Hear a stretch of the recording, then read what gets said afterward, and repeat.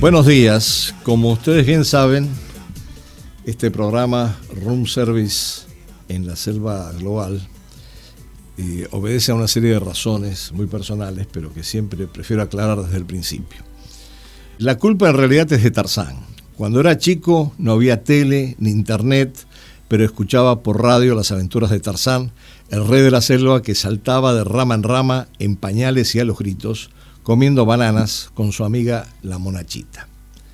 Pero mi ídolo no fue Tarzán. En el programa radial su mejor amigo era Carson, un antropólogo aventurero que no hacía ninguna de las cosas que hacía Tarzán y con toda probabilidad tampoco se alimentaba solo de bananas y tampoco se andaba por las ramas. Carson como role model antecedió en algunas décadas a Indiana Jones, pero fue Carson quien me infundió la idea de estudiar antropología y aunque sabía poco de su vida, siempre lo imaginé como un viajero pertinaz, glotón y algo libertino, perpetuamente presto a la aventura.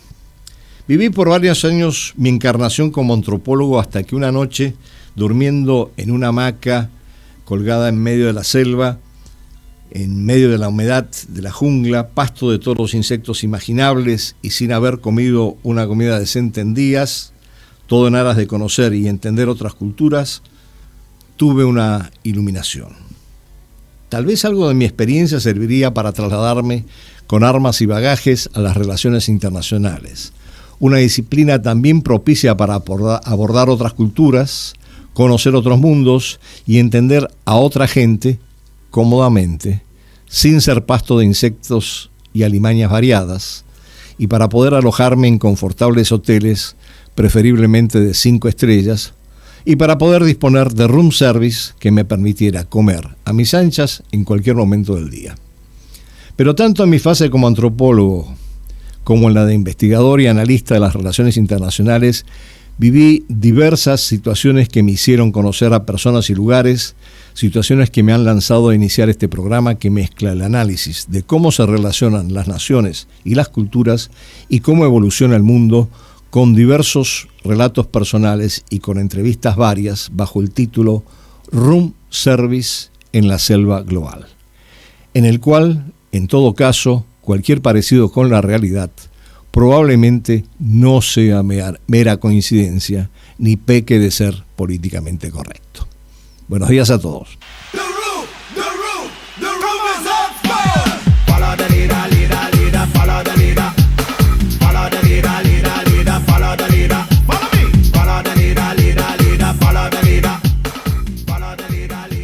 Bueno, ahora sí, buenas tardes a todos y todas. Es un placer continuar con este programa.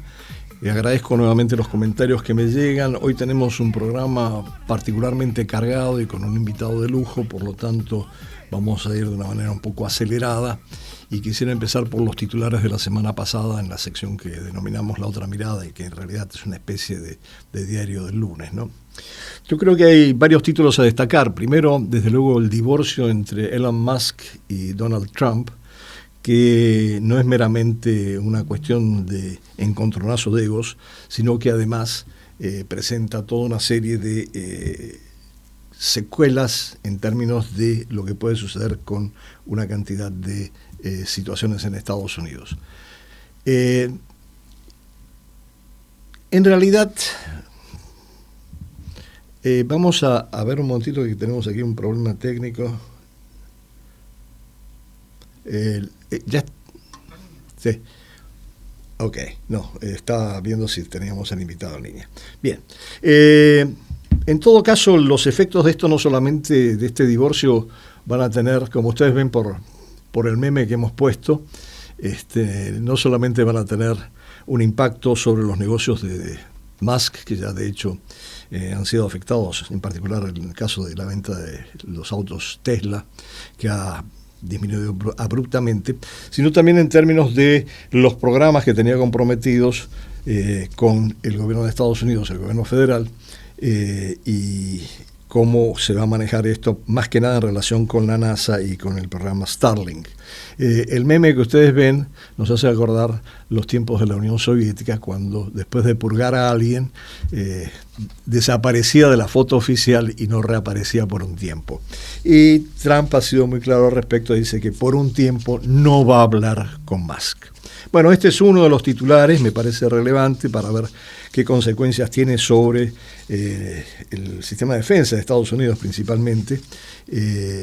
Y el segundo, en relación también con Estados Unidos, es que la guerra contra los migrantes continúa y Trump envía soldados para sofocar protestas por redadas contra migrantes en Los Ángeles, a pesar de que el gobernador se expresó en contra y considera que esto es algo no visto en más de 60 años. Hay fuertes críticas al presidente, pero son ya 4 días de protestas de los migrantes, muchos de ellos enarbolando, por cierto, banderas mexicanas, como refiriéndose a que originariamente Los Ángeles era territorio de México.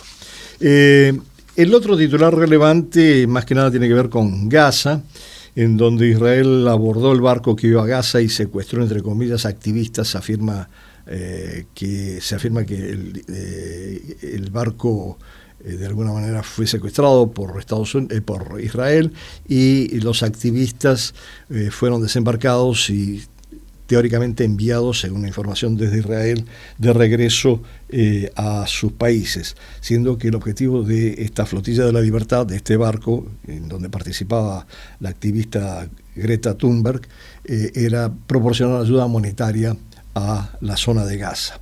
Bueno, junto con esto ha habido también otras novedades en términos no solamente de más muertos en la zona de Gaza por parte de las fuerzas israelíes, sino también por el descubrimiento de una red de túneles en donde Israel afirma que ha detectado y capturado eventualmente algunos miembros de Hamas, que estaba por debajo de un hospital, y eventualmente ha recuperado el cadáver de uno de los rehenes.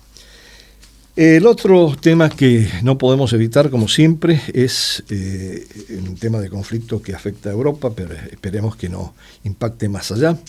Es el conflicto entre Rusia y Ucrania. Fracasadas las conversaciones en Estambul, la segunda ronda, que duraron apenas una hora. Rusia, en reacción al ataque de drones que se hizo contra 5 aeródromos en Rusia por parte de Ucrania, realmente ha desatado una campaña de retaliación muy fuerte, bombardeando gran parte del territorio ucraniano, incluyendo Kiev, y en el día de ayer a Kharkiv, y generando una situación de mucha preocupación y nerviosismo en el ámbito de Ucrania. Aquí habría que ver realmente si esto de alguna manera no paraliza definitivamente la posibilidad de llegar a algún acuerdo de paz. De hecho, Donald Trump ya dijo, bueno, que se arreglen solos entre Ucrania y Rusia, son como dos chicos que se pelean y yo no tengo nada que ver. Esto desde luego no es una buena noticia, pero es parte de lo que es el conflicto en sí y el intercambio entre las dos partes. Quizás lo que habría que agregar, que una de las pocas cosas que se acordaron en el encuentro en Estambul entre las dos partes fue el intercambio de prisioneros y de cadáveres respectivos, y pareciera que Ucrania faltó a la cita que se había preparado a este respecto, y Rusia se quedó sin poder entregar prisioneros y cadáveres, y parece que esto va a replantearse probablemente para hoy o para mañana. Quizás el titular menos descollante, ha pasado un poco desapercibido, pero me parece muy importante de resaltar, es que China está utilizando un arma muy poderosa en su pelea arancelaria, comercial, con los Estados Unidos, y es algo que generalmente perdemos un poco de vista. China tiene el dominio de un recurso estratégico y escaso que es un fuerte factor de poder en política exterior. Es el caso de las tierras raras. Es un grupo de 17 minerales del que China controla el 37% de las reservas, el 60% de su extracción y el 90% de su procesamiento. La exportación de estas tierras raras en su estado normal o apenas extraídas o procesadas afecta no solamente la industria automotriz, sino también mucho de la industria de armamentista en Estados Unidos, por lo cual este es un elemento a tener en cuenta en el futuro en términos de la confrontación entre Washington y Beijing. Hay un artículo muy interesante de Patricio Carmody justamente en La Nación en el día de hoy, se llama Las tierras raras impactan en la política global, y que me parece interesante leer en algún momento y revisar para tener una comprensión más clara de esto que está sucediendo en este momento. Bueno, y dicho todo esto, pasemos ahora sí a un último punto, quizás que nos va a relacionar con el invitado de lujo que tenemos hoy. El último punto es que, como ustedes bien saben, muchos de ustedes siguen las noticias, en México se han realizado unas elecciones para renovar el Poder Judicial a través de la elección popular. Esto ha sido criticado por la oposición y lo llamativo es que también ha habido una reacción por primera vez de la Organización de Estados Americanos, que a pesar de que dice que el proceso fue justo, parece que participaron apenas el 13% de los electores, pero el proceso fue transparente y justo. Sin embargo, recomienda no replicar el modelo de la elección judicial en otros países, porque de alguna manera representa una forma de distorsionar el equilibrio de poderes en los países. A esto México ha expresado su desacuerdo a la OEA sobre este informe preliminar de las elecciones al Poder Judicial, y ha criticado la posición de la OEA. Y esto es particularmente interesante, y sobre esto vamos a volver en nuestra conversación con el invitado de hoy, que es Rubén Perina, que acaba de publicar este libro que acabamos de mostrar, La OEA ante los desafíos a la democracia en las Américas, y que voy a presentar a continuación. Rubén es analista y consultor político en temas de su especialización. Trabajó en la OEA entre 1980 y 2010, ocupando diversos cargos. En el Departamento de Asuntos Culturales dirigió el programa de apoyo a los estudios internacionales en universidades de América Latina. En la Unidad para la Promoción de la Democracia y luego en la Secretaría de Asuntos Políticos dirigió programas de apoyo a instituciones legislativas, educación para la democracia y formación de jóvenes líderes políticos. Lideró misiones de observación electoral en Colombia, Guatemala, República Dominicana, Paraguay y Venezuela, y se desempeñó como asesor especial del secretario general Baena Suárez. Enseña también en la George Washington University, en Georgetown University en Washington, D.C. Bueno, bienvenido Rubén, gracias por participar en esta conversación, te agradezco la disposición, no sé si me estás oyendo. Sí, te escucho bien, gracias. Bien, bueno, ¿por qué no empezamos por el principio? Nos cuentas un poquito, muy brevemente, en qué consiste el planteamiento central de tu libro sobre la OEA.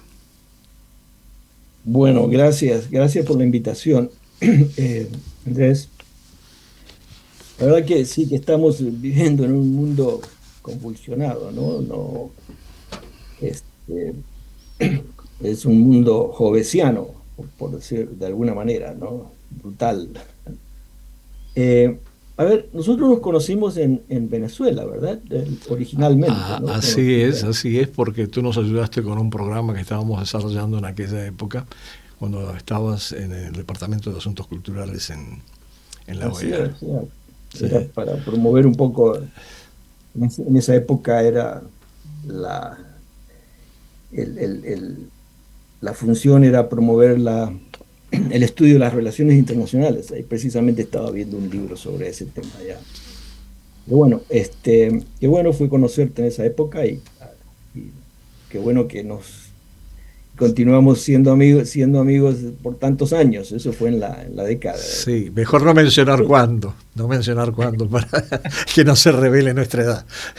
En la década de los 80, eso fue, sí, ya. Está bien, cuando éramos jóvenes, felices e indocumentados en algunos casos. Cuando éramos unos pibes y andábamos por la selva. Por la selva global. Sí. Me gusta el concepto de eso. Estamos en una selva ahora, ¿no? Vivimos. Me parece que eso tiene relación con el título, ¿no? El mundo en que vivimos. Tiene que ver con la famosa frase del excomisionado de Asuntos Exteriores de la Unión Europea, que señaló que el mundo era una jungla y la única isla civilizada era Europa, ¿no? Bueno, mira, para empezar creo que es que es preciso entender para los que no conocen la organización, que la OEA es un organismo multilateral intergubernamental. No es supranacional. Mucha gente espera cosas de la OEA como si fuera un organismo supranacional, ¿no? Más allá de los estados, paraestatal. O sea, la organización depende de los miembros, de los estados miembros que la conforman, ¿verdad? Los 34, 35, que son los que la dirigen, la financian, le dan los mandatos, la usan, la critican, la ignoran, y también eligen a su secretario general por 5 años. O sea que cuando hablamos de la OEA tenemos que tener en cuenta su naturaleza, ¿no? Esta característica de su naturaleza.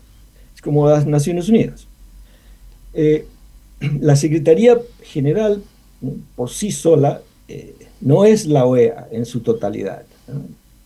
La conforman además los cuerpos gobernantes, como la Asamblea General y el Consejo Permanente, donde los Estados miembros, los dueños de la organización, actúan e interactúan a través de sus representantes. Bueno, eso para dejar así como una introducción al concepto o a la organización. Sí, en tanto es el foro interamericano, el único foro interamericano hemisférico que funciona, ¿no? Que tiene algún funcionamiento. Vamos a ver ahora si funciona o no funciona, me vas a contar.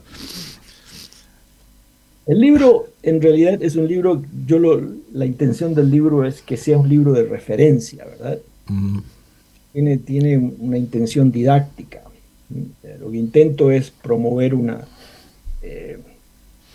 mejor conocimiento, entendimiento de la naturaleza, las limitaciones, las fortalezas de la organización, y bueno, y al final de cómo hago una sugerencia sobre cómo revitalizarla. Pero la primera parte del libro trata básicamente de la evolución de la organización en la promoción y defensa de la democracia, con especial énfasis a partir de la ola democrática de los años 80, ¿verdad?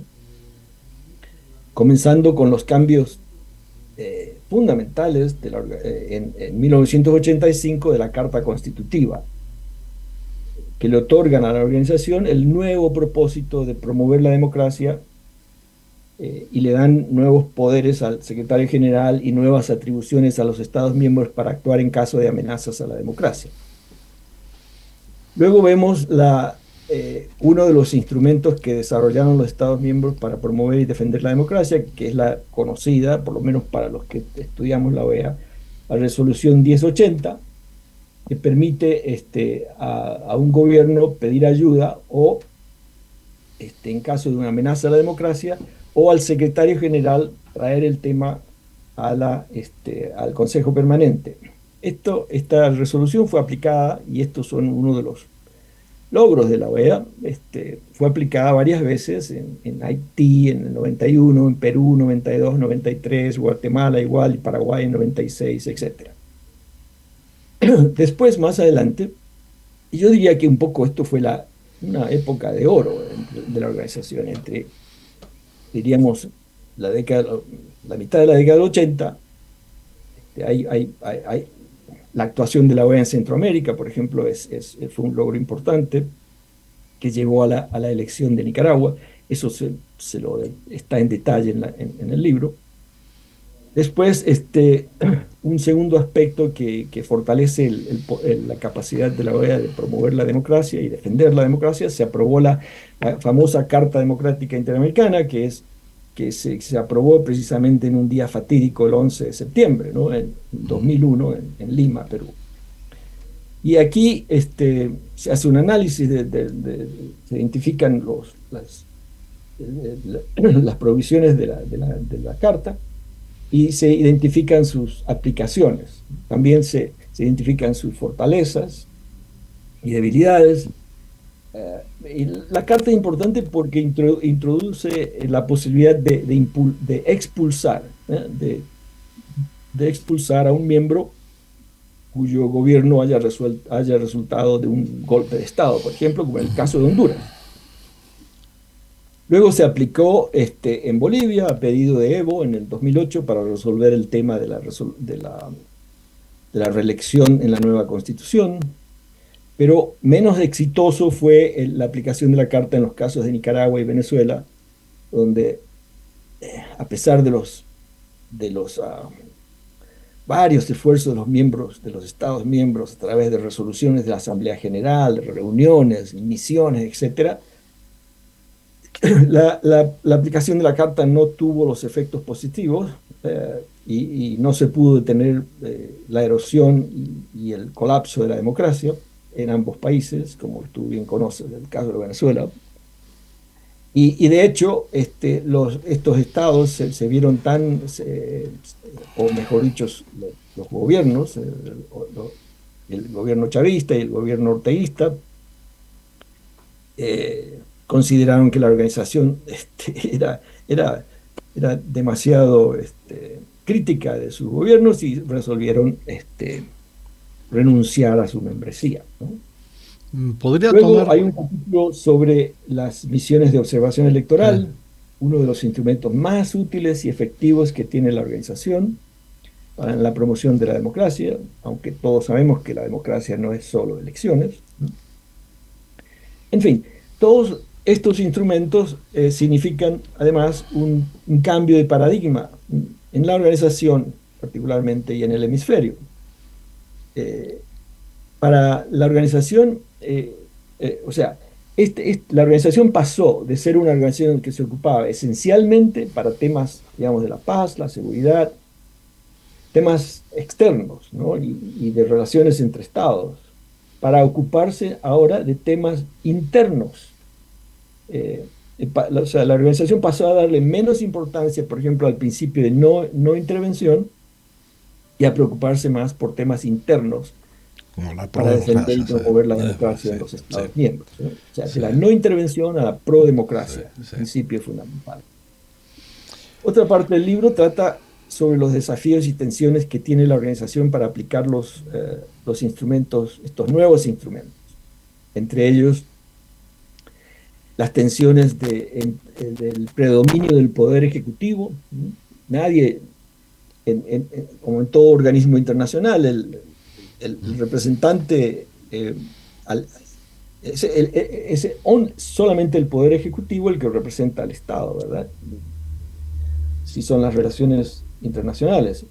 Y no hay posibilidad de que otro miembro, a pesar de que todos los estados son democráticos, no hay posibilidad de que digamos, el poder legislativo, el poder judicial pueda pedir asistencia en caso de que sea el poder ejecutivo el que agrede a la democracia o transgrede la Carta Democrática o transgrede los principios fundamentales democráticos de su propia constitución.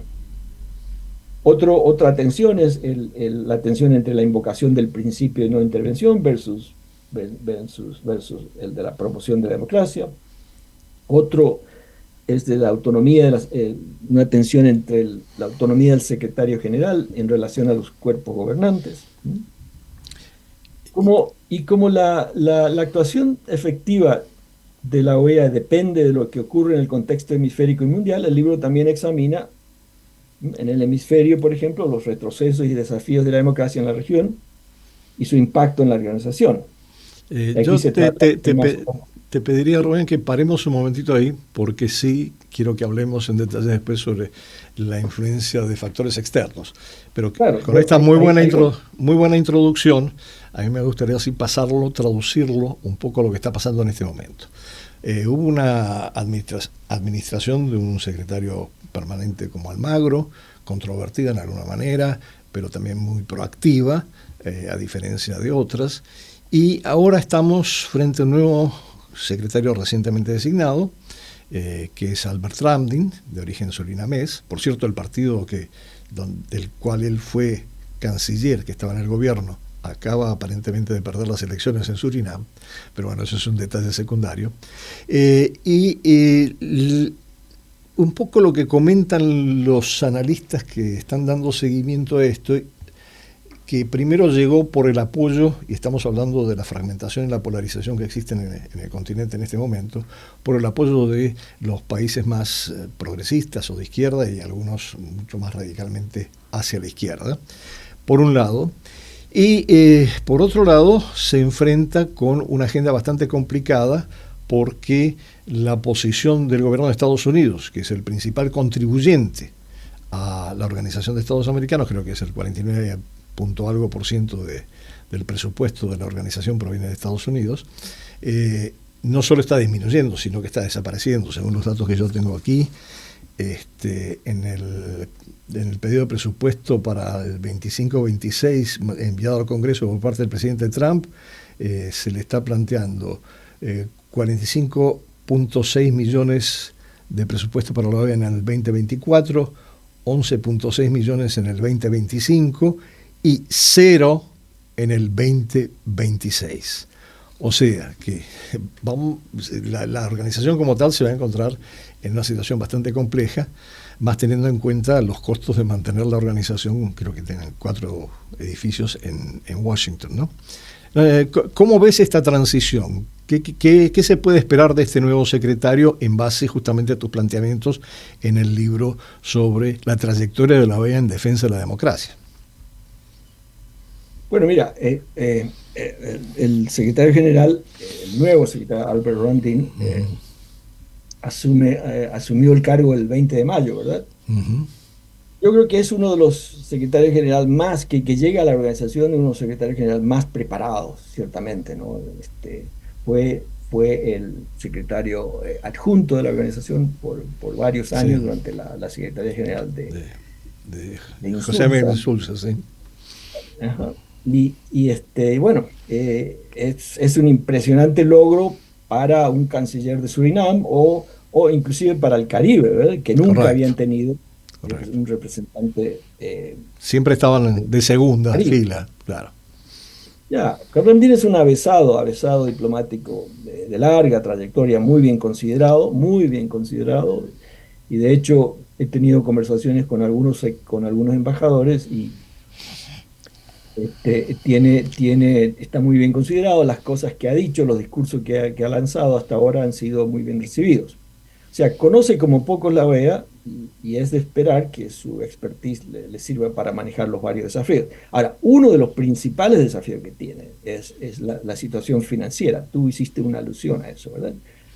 Que es debido al retraso de las cuotas, la insuficiencia de las mismas para financiar la necesaria modernización. Y la estrechez presupuestaria, esta estrechez lo obliga a priorizar los campos y modalidades de trabajo de la organización, y aquí va a encontrar, yo creo, va a tener algunos conflictos con el Caribe, porque el Caribe quiere priorizar el tema proyectos de desarrollo, de cooperación, sí, claro.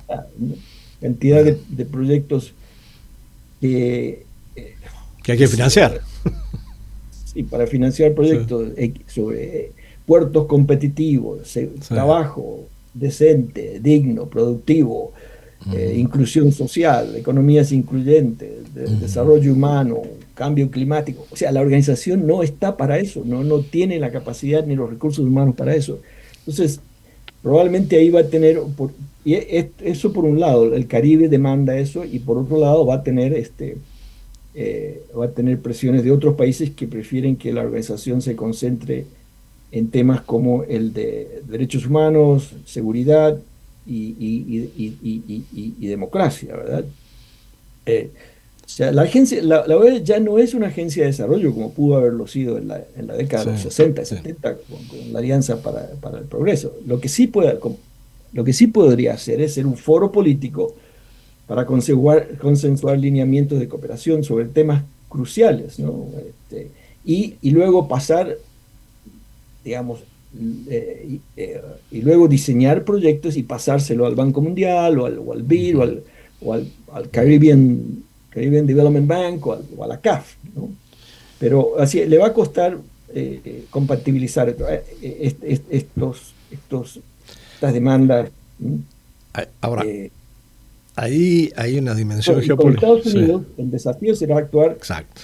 digamos, va a tener yo creo, si a él se lo percibe como anti-norteamericano, porque puede ocurrir eso, entonces ahí sí el Congreso norteamericano, la administración norteamericana, puede verlo, puede eventualmente, y si eventualmente retirar su cuota o, bueno, no creo que deje la organización, pero puede retirar su cuota, ¿sí? Y entonces ahí la organización se va a ver en un serio problema. Y, no, y ya hay rumores de que, de que Estados Unidos está proponiendo que reducir su cuota, ¿verdad? Del 49, casi 50% a una reducción más, o sea, está pidiendo que países como el Caribe, los del Caribe, cuya cuota es de $32.000 en average, ¿no? Sí. 14 de ellos con un voto, $32.000 por año. Es una, para mí es un, bueno, el votante estadounidense o alguien que ve esto no lo puede, no, seguramente va a criticar mucho, ¿no? Y va no sé, probablemente a forzar a la organización, a Estados Unidos a hacer un cuestionamiento serio, muy serio de Pero cuál es. sí, yo agregaría, bueno, primero que, digamos, hasta ahora todos los movimientos del presidente Trump han sido en términos de descomprometerse, para decirlo de alguna manera, o soltarse de su compromiso con una serie de organismos multilaterales. Este es uno más, desde luego, y en ese marco seguramente va a haber una reducción. Estas cifras no sé si están confirmadas, pero si es lo que aparece en el presupuesto es bastante significativo. Pero esto sí me lleva al otro punto. Estados Unidos, de alguna manera, no va a tener un papel tan proactivo dentro de la OEA por razones financieras y por razones políticas, no geopolíticas. Y aquí viene la dimensión geopolítica. Pero por otro lado tenemos a China, que es observador, miembro observador de la OEA, Rusia, que anda dando vueltas por el hemisferio. Tú tienes todo un capítulo dedicado a eso en el libro. Y la sensación es que, de alguna manera, dada la fragmentación de la región, va a haber como una situación de estar entre la espada y la pared para la OEA, entre lo que pueda ofrecer o cómo puede actuar Estados Unidos y lo que significa la presencia de China y en menor medida de Rusia en el ámbito regional. Sí, bueno, es verdad, yo creo que, bueno, durante la administración de Biden hubo una suerte de cambio, ¿verdad? En relación a América Latina y a la organización. De hecho, tuvo, Frank tuvo un embajador que realmente era un buen embajador ante la OEA, un tal Frank Mora, no sé si lo Sí, conociste. Bueno, sí, lo conocí. había sido vicecanciller, viceministro de Defensa, un cubano-americano, pero muy conocedor de América Latina. De hecho, hizo su tesis sobre Paraguay, nada menos. Y hubo un movimiento, digamos, de acercamiento y de esto trata un poco el libro también, ¿verdad? En vista de la penetración de China y la presencia de Rusia. Dicho sea de paso, eh, Rusia era también observador, ¿no? Y después de su invasión a Ucrania fue desalojado, digamos. Suspendido. Suspendido Sí, de su condición como observador. sí. En realidad, yo francamente creo que la OEA, puesto que es una organización de y para democracias, no debería aceptar observadores que no son democracias. Es una opinión mía, este, bastante fuerte. Bueno, que se refleja además en el libro, obviamente. Sí. Y entonces, en relación a esto, yo hablo un poquito de la respuesta de Estados Unidos y que hace un paso, me parece, entre lo que era un momento, lo que era la administración de Trump previa, ¿no? Del 16 al 20, de la indiferencia o el benign neglect, como le llaman, de la indiferencia o despreocupación, Sí.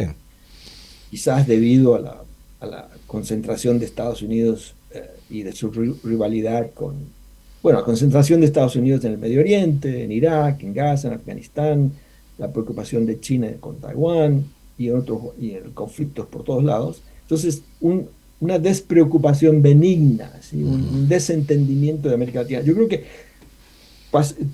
de hecho, propuso,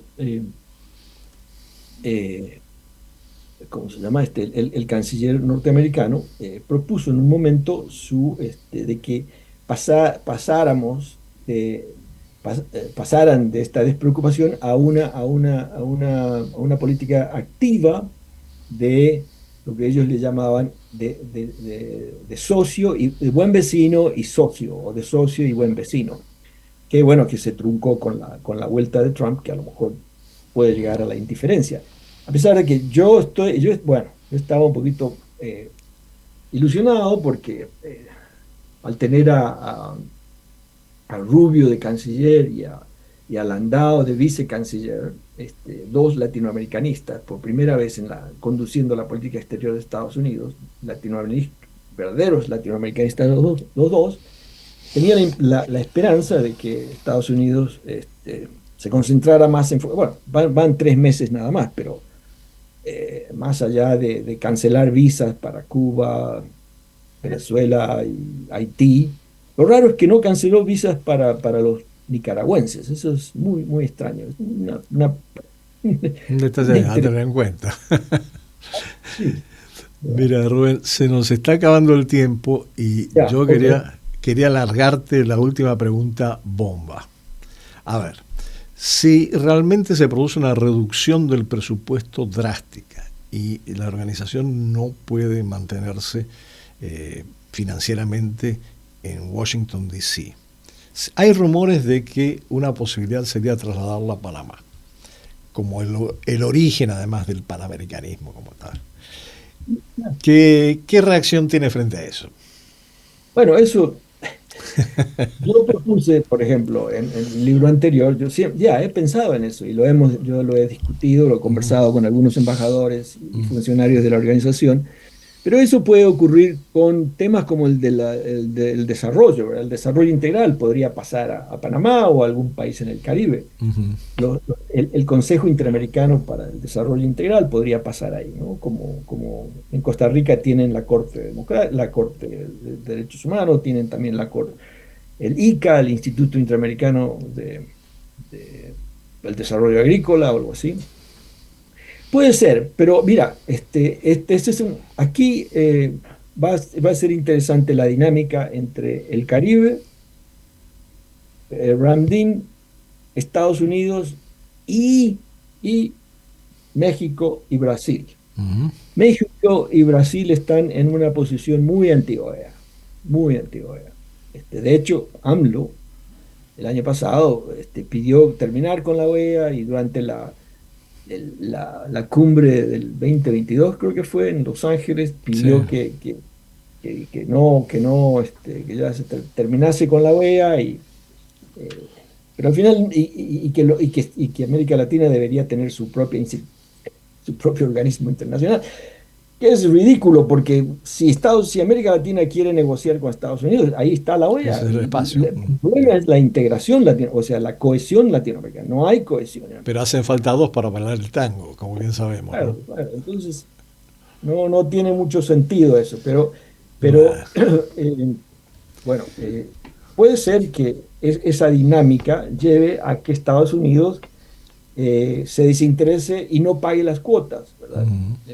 En ese caso, y fuerce una redistribución de las cuotas, un cambio para redistribuir las cuotas. O sea, Argentina tendría que pagar más, México más, Brasil más, los países del Caribe más, y eso es muy probable que venga. Una exigencia, sí. Va a haber cambios en la carta, probablemente va a sugerir. A lo mejor lo vamos a ver esto en la próxima Asamblea General, ahora en julio, en Antigua y en Barbuda. Yo creo que probablemente ahí se va a ver algo de esto. Pero eso sería un indicio de que, y bueno, entonces la cuestión es, ¿aceptarán los países eso, ¿verdad?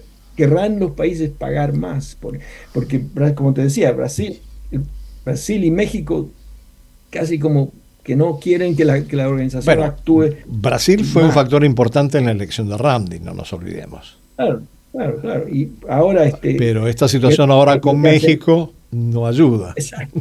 ¿Y para qué lo invitan? Lo invitan para que diga que todo, y no se puede invitar a una observación electoral si no vas a aceptar Claro, claro. bueno, por lo menos, No, pero aparentemente claro, la evaluación del proceso electoral fue positiva. Lo que no es positivo claro. es la medida en sí, que se considera atentatoria contra el equilibrio de poderes. Pero bueno, Rubén, yo te agradezco muchísimo el tiempo que has podido dedicar a este programa. Me quedan muchísimas cosas en el tintero, porque a ver, desde Panamá Ya, tendríamos que ver además qué pasa con los países del Caribe, que esa es una posición que asumen generalmente en conjunto. Me queda una cantidad de preguntas sobre la Comisión Interamericana de Derechos Humanos, que es fundamental en este momento de fragmentación y polarización en la región. En fin, hay toda una serie de cosas. Pero te agradezco muchísimo el solamente tiempo. Sí, para terminar, la cuestión será si los otros países, el Caribe y el Brasil y México, están dispuestos a pagar más y mantener la organización. O sea, porque no va a ser solamente una cuestión de si Estados Unidos quiere o no quiere la OEA, es si los países quieren o no quieren la organización. correcto. Pero no nos olvidemos que, entre tanto, están apoyando la CELAC en toda una serie de cosas como una especie de contrapeso. Es una pregunta que queda para una discusión ulterior, porque desde luego hay mucho para conversar al respecto. Rubén, Claro. te mando un fuerte abrazo, te agradezco muchísimo y me alegro que podamos recuperar la interlocución cara a cara después de tanto tiempo. Yo voy a pasar por Buenos Aires en noviembre, así que ahí te busco y nos Perfecto, encontramos. y quizás hacemos una prolongación del programa con algunos temitas que quedan pendientes. Ok, listo. Muy bien, Un abrazo. muchísimas gracias. Fuerte abrazo. Chao, chao. Bueno, hemos tenido una interesante conversación sobre la OEA en base al libro de Rubén Perina, que recomiendo leer, más allá de que uno coincida o no con algunos de los planteamientos. Y ahora, para cerrar, como siempre, y como es habitual en el programa, y esto es más que nada por referencia al hecho de que por primera vez el secretario general de la OEA sea un caribeño, un cuento que se llama Langostas caribeñas, de mi libro Comida, diario de un antropólogo hambriento, que por cierto se presenta junto con este programa mañana a las 8 de la noche aquí en Buenos Aires. Langostas caribeñas. Vale, consígueme unas langostas, le dije al pescador que nos llevaba en su peñero a un callo en el Parque Morrocoy de Venezuela. De esas grandototas, le agregué. El pescador me miró con los ojos entrecerrados y me dijo: les consigo una bolsa entera, monsieur, si quieres. Y me pidió un precio irrisorio. Pensé que era un engaño, aunque no sabía si ya estaba vigente la prohibición de pescar langostas en el archipiélago.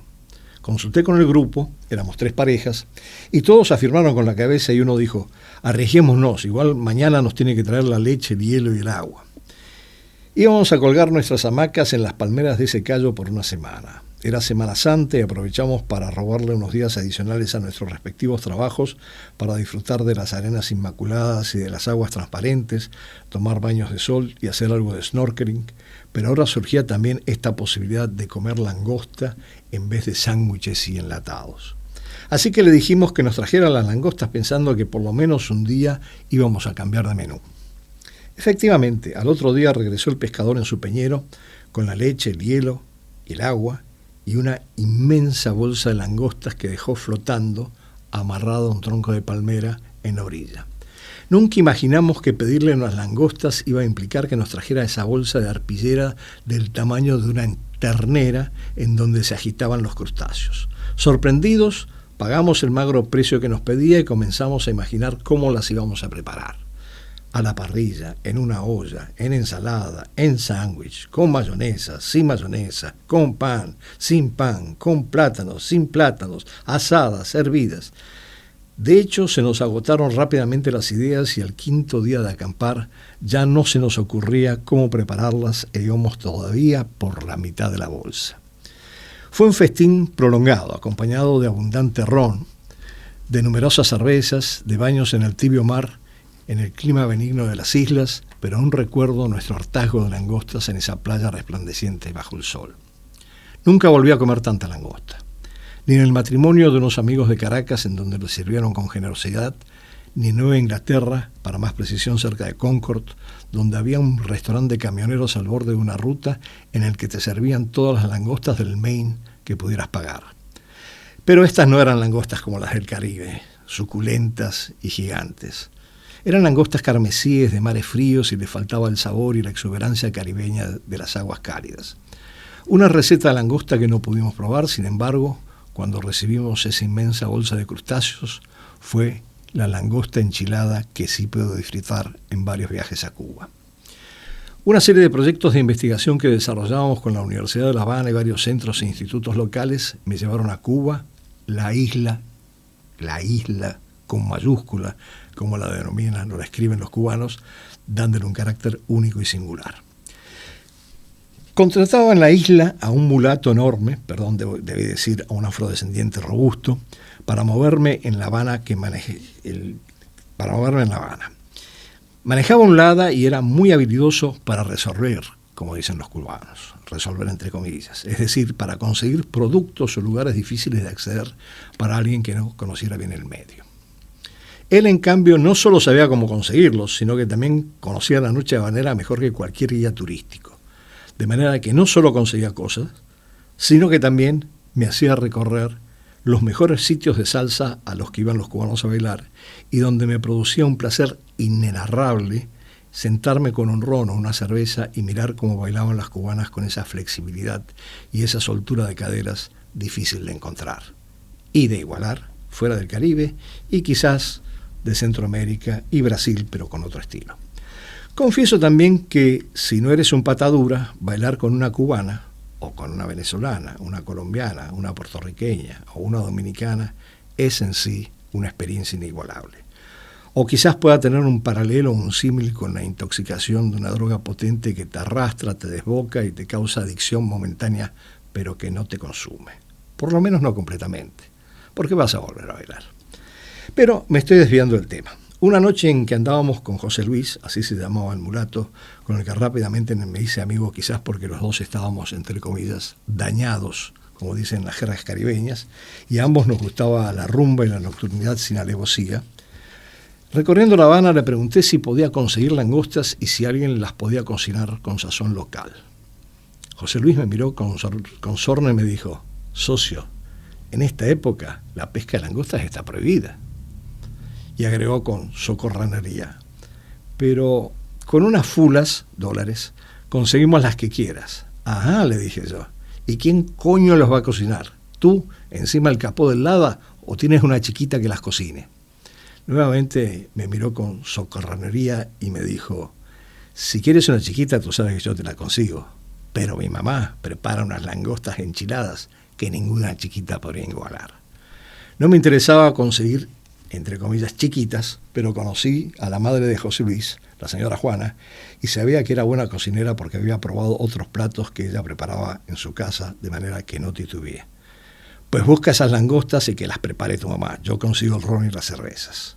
Y así desembarqué nuevamente en la cocina de Juana después de que José Luis consiguiera ilegalmente y por un precio ínfimo de $, varias langostas. Y la mamá de José Luis no nos decepcionó. Preparó unas langostas enchiladas con una salsa picante de tomates y pimientos que marcaron mis papilas gustativas para siempre y que recuerdo hasta el día de hoy como un manjar de los dioses, acompañado de chícharos y de arroz. Después de ese festín, cada vez que iba a La Habana, inexorablemente tenía que recurrir a doña Juana para rogarle que preparara su langosta enchilada, a veces para impresionar a alguna amiga o a algún amigo cubano, otras para compartirlas pacíficamente con José Luis y su familia, pero siempre para degustarlos con fricción y con varias cervezas heladas. La otra experiencia inolvidable de comer langosta, esta vez en una sopa, la experimentamos con mi esposa Mireya en la isla de Roatán. Pese a nuestro enamoramiento temprano de las playas del Caribe, estábamos cansados de ir a lugares cada vez más saturados de turistas, bandas de canadienses y estadounidenses huyendo del frío, o más tarde, de rusos huyendo también del frío. Así que un día Mireya empezó a explorar otras posibilidades en internet y me propuso que fuéramos por un par de semanas a Roatán. ¿Roatán? ¿Y eso dónde queda?, le pregunté. En Honduras, me contestó. ¿Honduras? No sabía que tenía lindas playas, le dije. Había recorrido por trabajo todo el Caribe y gran parte de Centroamérica, y las playas de los países centroamericanos jamás me impresionaron como las del Caribe. De allí mi extrañeza. Pues aunque no lo creas, es una isla con lindas playas, me insistió. Donde manda capitán, no manda marinero, pensé. Y para Roatán fuimos. Volamos a Panamá y de allí en un avioncito altamente sospechoso por su evidente fragilidad a la isla.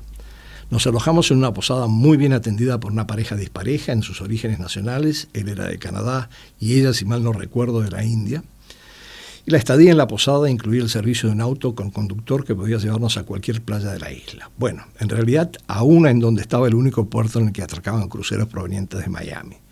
Como era de prever, esa playa tenía pequeños restaurantes y puestos de artesanía en abundancia, pero también tenía bares. Y nuestro afán de huir de los circuitos turísticos se frustró rápidamente en cuanto atracó un crucero y descendió una manada de estadounidenses en busca de más alcohol y de puros.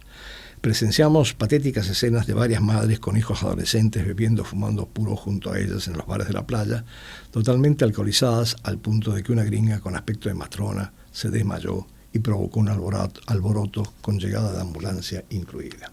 En todo caso, esa no era la playa en la que queríamos estar.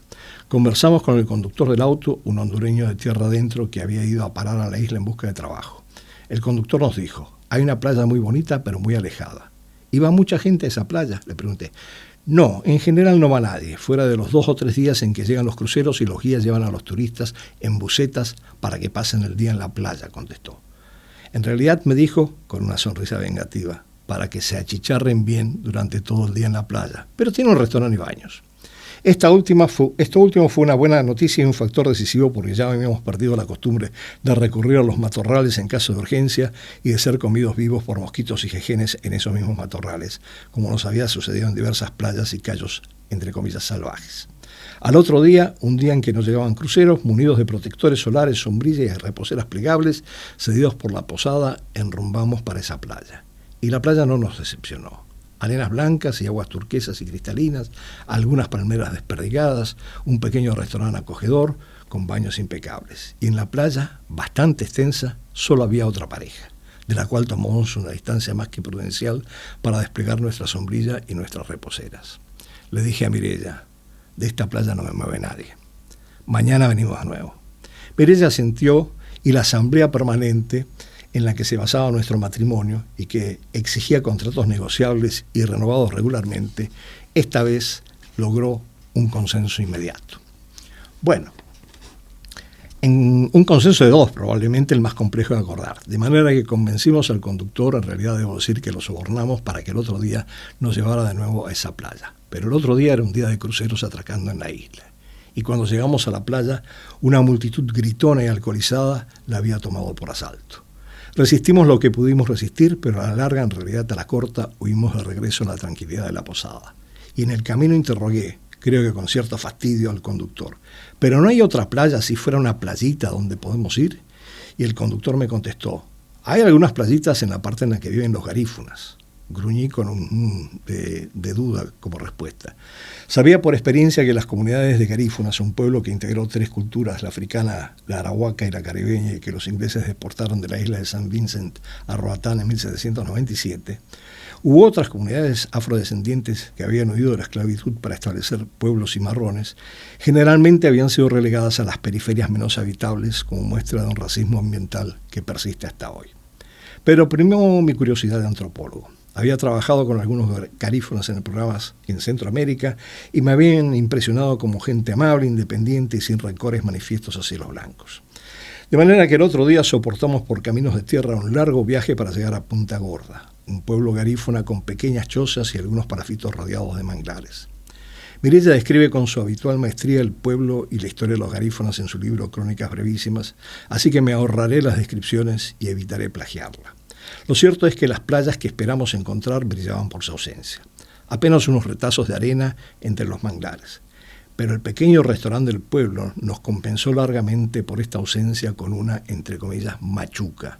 una sopa a base de caldo de mariscos y coco fresco rallado que lleva caracol de mar, pescado y abundante langosta caribeña, junto con albóndigas de plátano.